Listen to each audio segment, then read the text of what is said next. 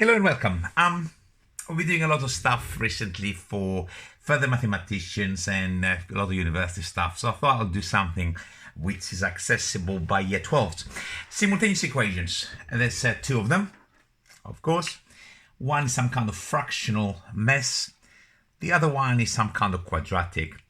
And this has a particular question. I wrote it only last summer, a year ago, and it has gone into my special paper, special extension paper T.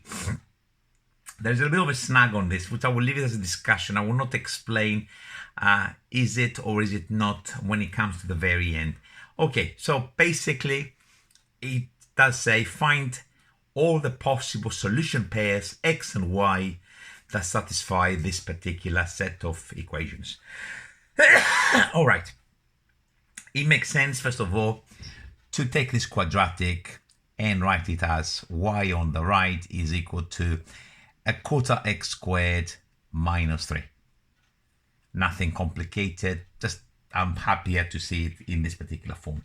Here I could multiply the whole equation by x plus 2, x minus 3, y plus 2. But the snag, if I do that, it will be, I will create cross terms. Cross terms means basically terms that will involve x, y's when I times that across in there. And I don't particularly fancy that.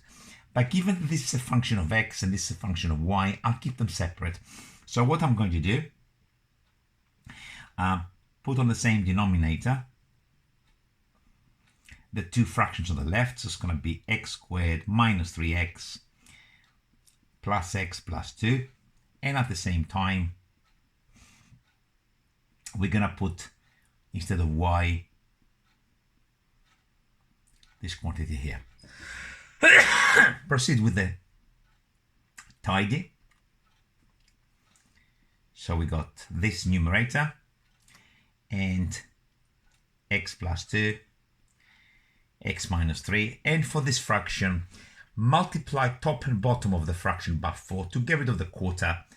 So we're going to get a 20 on the top, x squared on the bottom left, and minus 3 plus 2 is minus 1.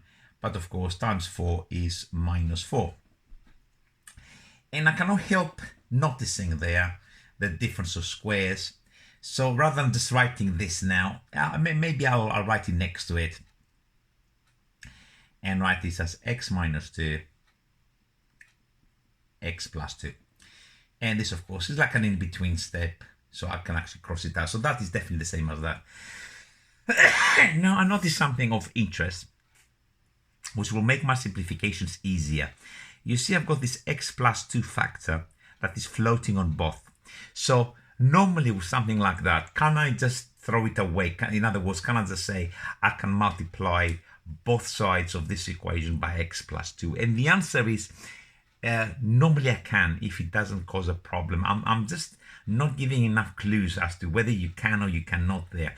What you can definitely do is say, okay, x is equal to minus 2 is a solution for the time being, at least. You might say to me, how on earth is a solution? Well, look at this. Well, I mean, I cannot put negative 2 in there. Well, if you put negative 2 in here and in here, this equation balances, because, of course, both of these expressions become infinite. And you have to be very, very careful with this particular thing. That's the whole point about this question.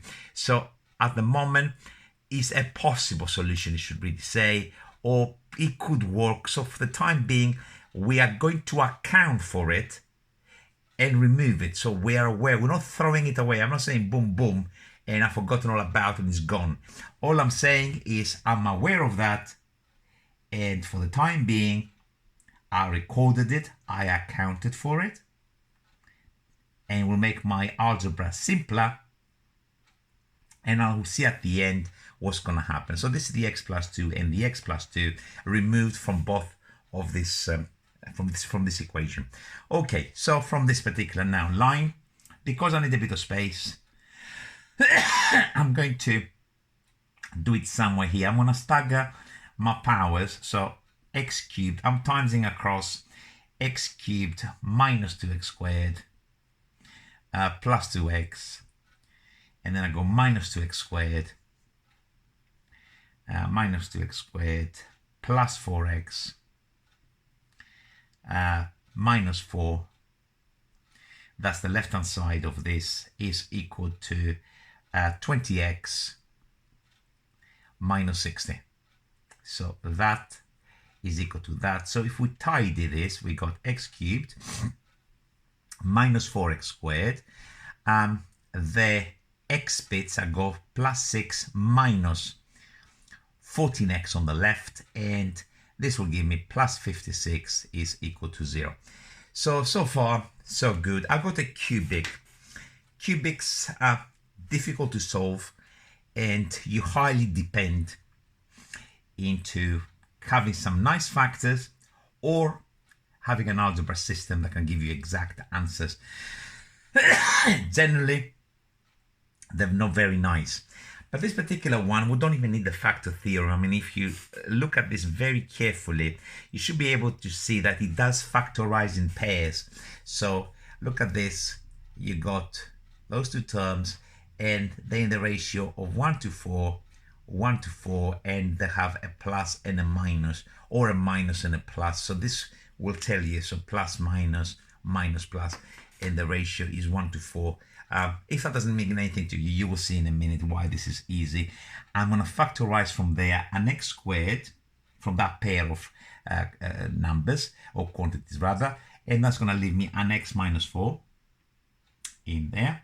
So that's this bit here. And then I'm going to factorize a minus 14 from those two.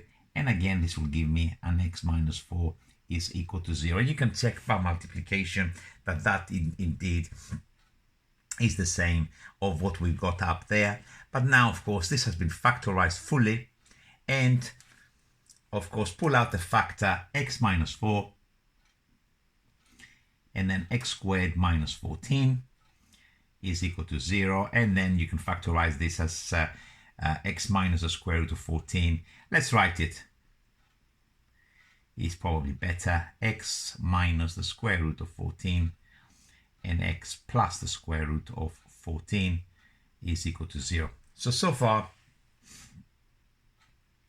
we go 1, 2, 3, possibly 4. Let's use a different color pen for this. And what are the numbers? 4, the square root of 14, the negative square root of 14, and what about him is the question. And then, of course, we got a negative 2. Is this a solution? We don't know. I'll leave it to you to actually decide, guys. I'm a little bit tired today, but definitely we can get the y's from each of those. So 4, 16, 4 minus 3, this gives us a 1. Square root of 14 is 14, 3.5. 3.5 take away 3 is half. This will also give us a half because squaring the negative will give exactly the same number.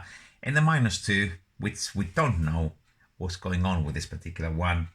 What will be happening if we put x is equal to minus 2? X is equal to minus 2, 4. Quarter of 4 is 1. 1 minus 3 also gives us in minus 2. So I'm going to leave the question here and leave it for discussion for you guys to see, are there 3 solutions there? In other words, are the solutions for 1, square root of 14 that goes with half, the negative square root of 14 that goes also with half, and what about him? The question is this a solution or not? Okay, enough for this particular question. I hope you kind of like you enjoyed this simultaneous equation. Very different to what you might have seen. And I'll be signing out, and I'll see you real soon. Bye for now.